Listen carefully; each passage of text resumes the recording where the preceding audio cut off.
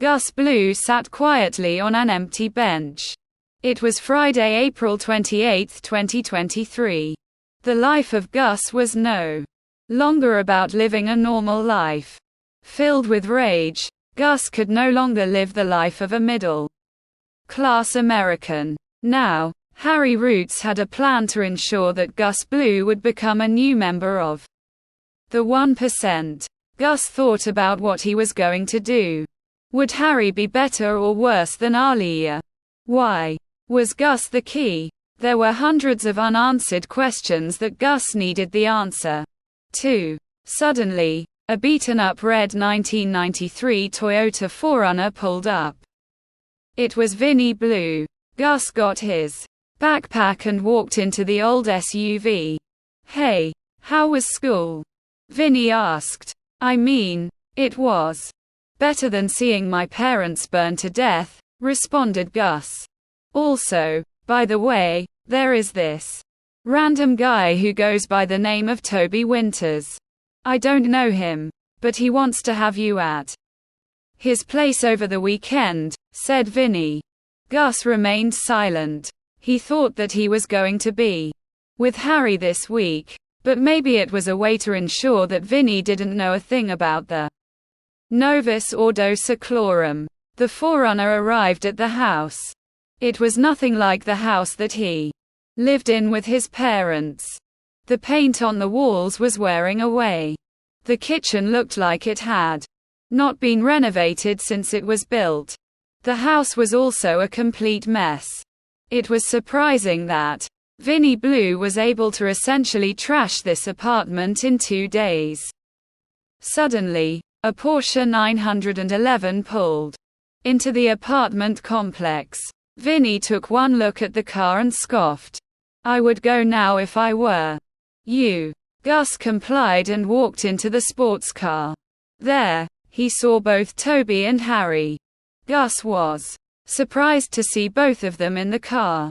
"This isn't actually my car. I just currently don't have one right now. But, supposedly, Mr. Dominus is going to get me one," Toby said. "Yeah. This stupid brokey can't even buy any more cars. You know I have more cars than wives," responded Harry. "All worth more than $100,000. But, get in the car. This weekend is going to be both busy and profitable." Gus sat in the backseat of the car. The 911 was clean with black leather seats. One thing that caught Gus Blue's eyes was an old newspaper with the date February 12, 2005. The headline read, "16-year-old makes $16 million." There was a picture of a young Harry. He looked slightly shorter and he also had smaller muscles. Harry Roots noticed that Gus was looking at it. "That was me back when I joined the Novus Ordo Seclorum. I was an absolute loser. Kind of like you, Gus. But don't stress. Because after this week, you will be less of a nerd and less of a brokey," Harry said. "I'll tell you about your mission. And trust me, you are going to hate it. But you are going to learn a ton about the free market."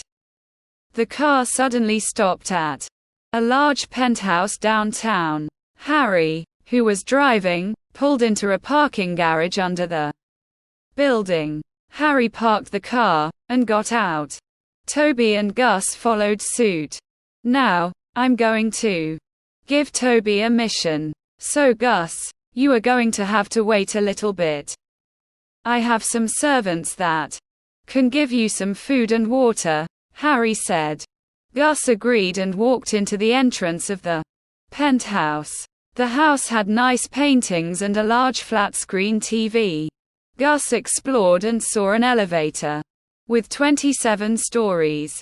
He took the elevator up to the roof. He saw a large swimming pool and 3 women in the pool. Gus guessed that these were some of Harry's wives.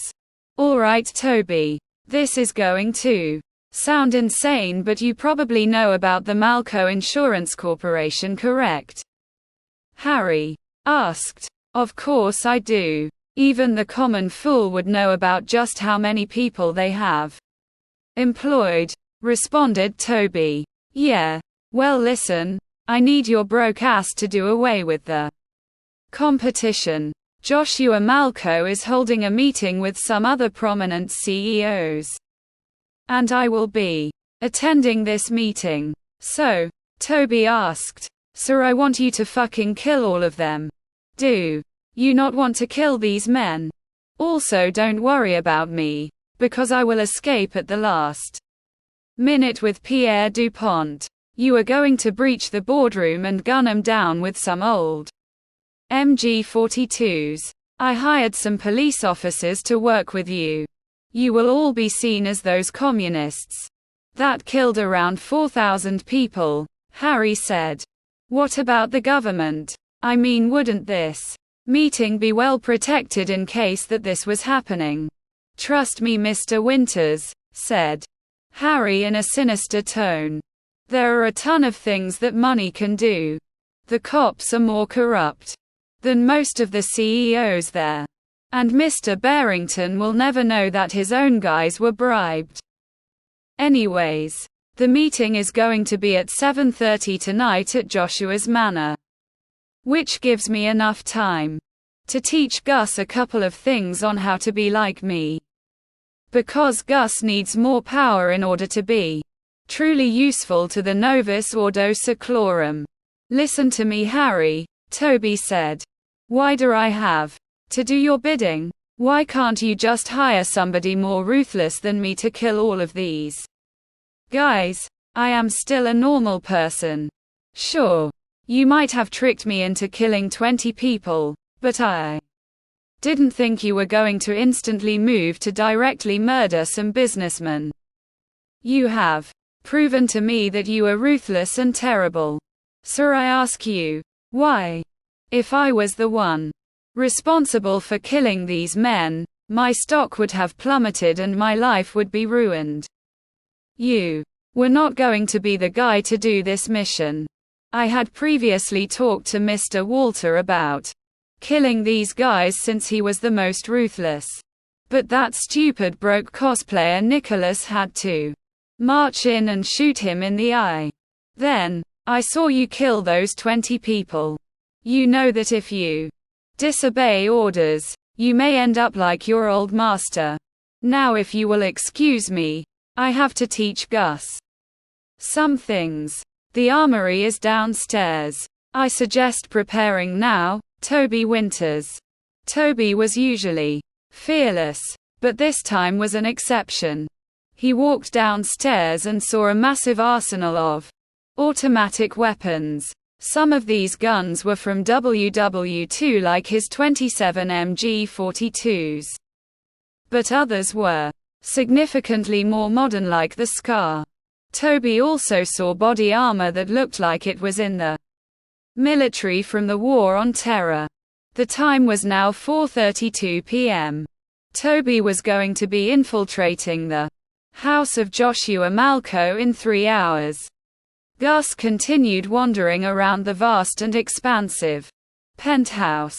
Then, one of Harry's servants asked Gus a question. "Would you like some $5,000 ice cream?" "No thanks. I would rather not be wasting money," responded Gus.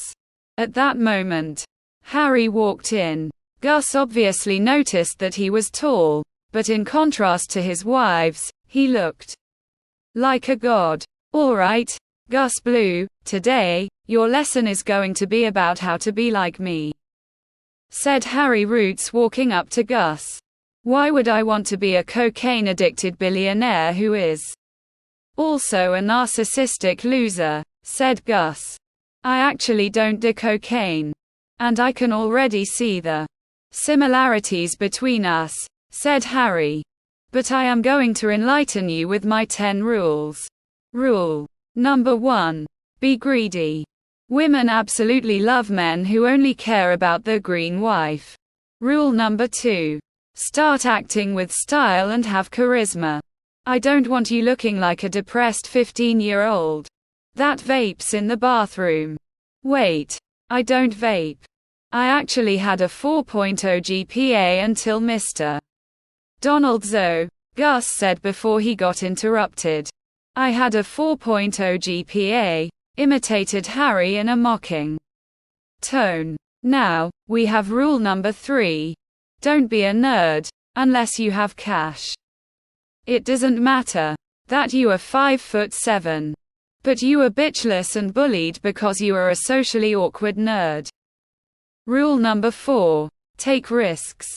I used to have crushes back in middle and high school, but I never took any risks until Mr. Dominus stepped in. Risk is what got me here. Rule number 5. Betray your friends before they betray you.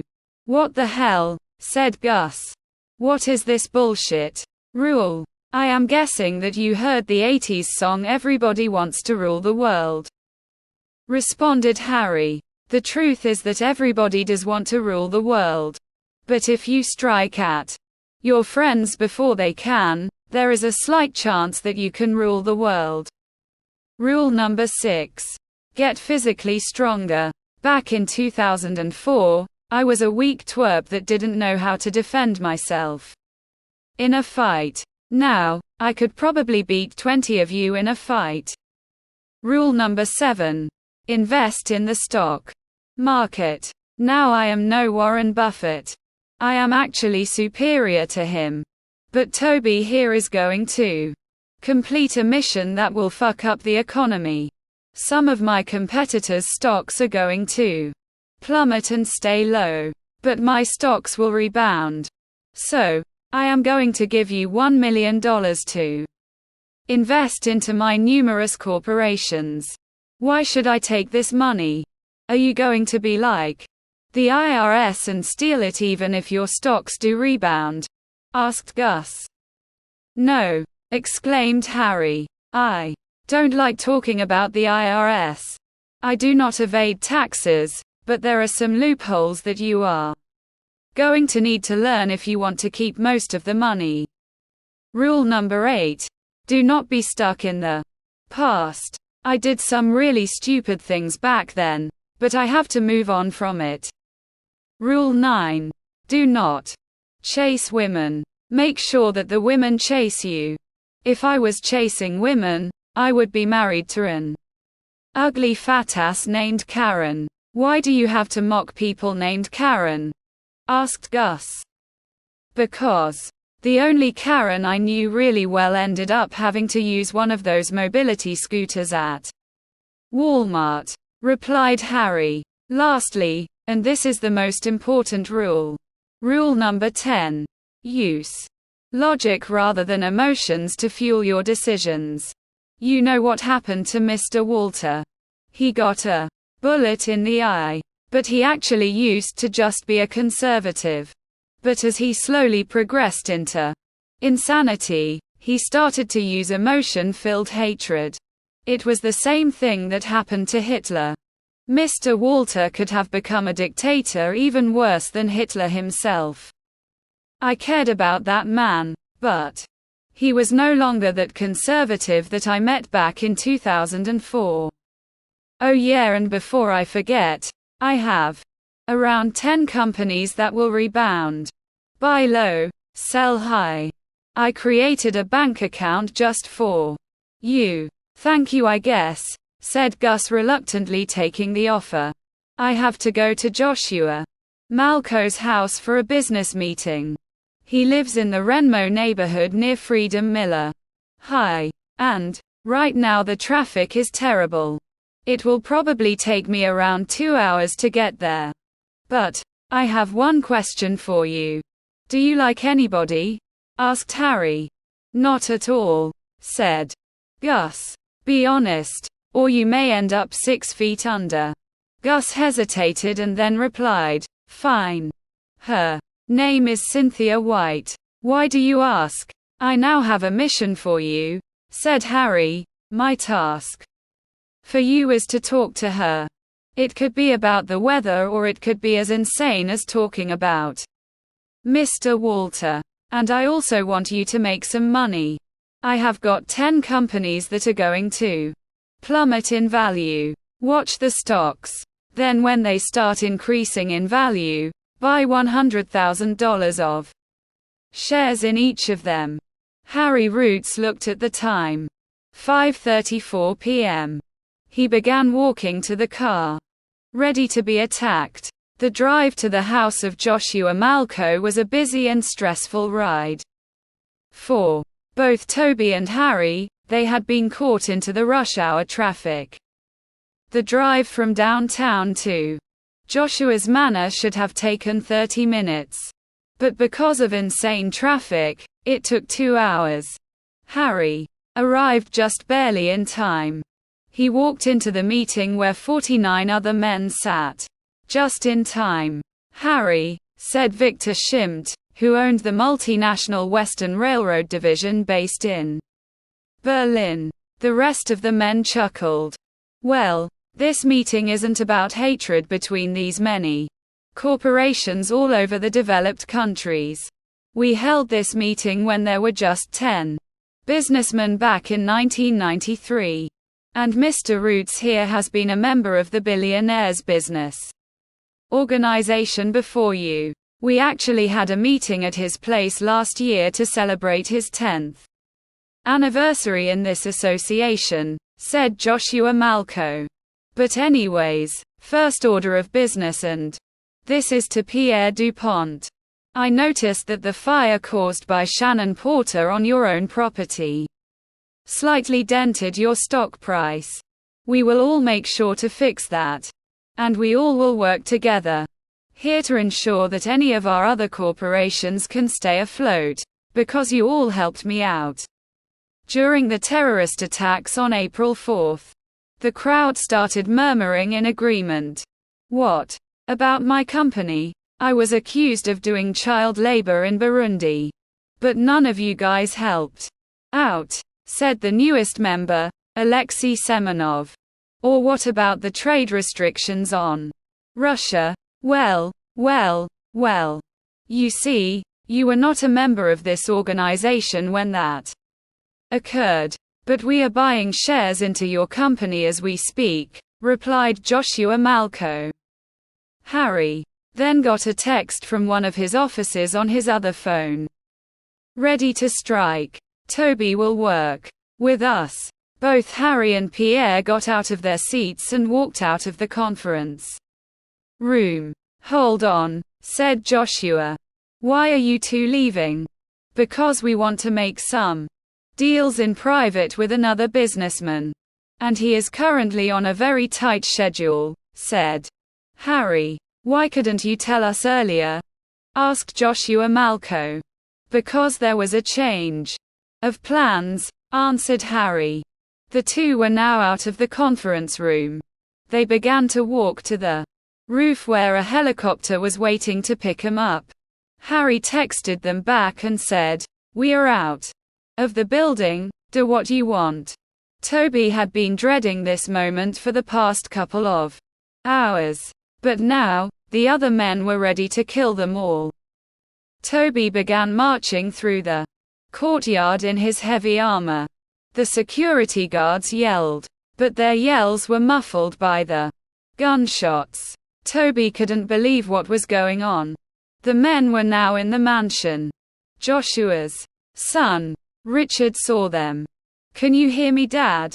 There are these men with guns. I think they want to kill AHHHHH. Richard laid on the floor bleeding out of his leg. He begged the terrorists not to kill him, but they decided to let Toby do the honors. Toby refused, but pressure from the other men forced him to kill Richard. The men now entered the soundproof conference room in the basement. Since the room was soundproof, the businessmen didn't know about the infiltration. The crew noticed that the door was locked. They shot through and destroyed the door. The armed gunman opened fire in the conference room. There was only one way in and out of the room. The businessmen were sitting ducks to the constant gunshots. One of the armed men handed Toby a container of napalm and a frag grenade. Some of these men are still alive. And they need you to end their suffering. But I can't just burn him to death, replied Toby. I am out of ammo, and would you rather burn to death in the course of 2 minutes or bleed out and die over the course of 10 minutes? Said the henchman. Fine. Okay. I will throw the napalm in and throw the grenade, said Toby. Toby Winters threw the napalm barrel and lit the fuse of the grenade. He threw the grenade and stepped back. The entire room burst into flames. Gus Blue had been watching the stock market values of Harry's companies for the past 48 hours. After it was proven that Harry and Pierre had survived the attack, the stocks had finally started to rebound after the initial plummet in value. Gus followed Harry's advice and invested $100,000 each into 10 of his companies. Gus spent the last bit of his Sunday waiting to make a profit. When Gus woke up on Monday morning, he had made an overall 564.2% increase on his investment. Gus then sold every last share. He bought low, sold high, and now Gus was starting his journey into joining the 1%.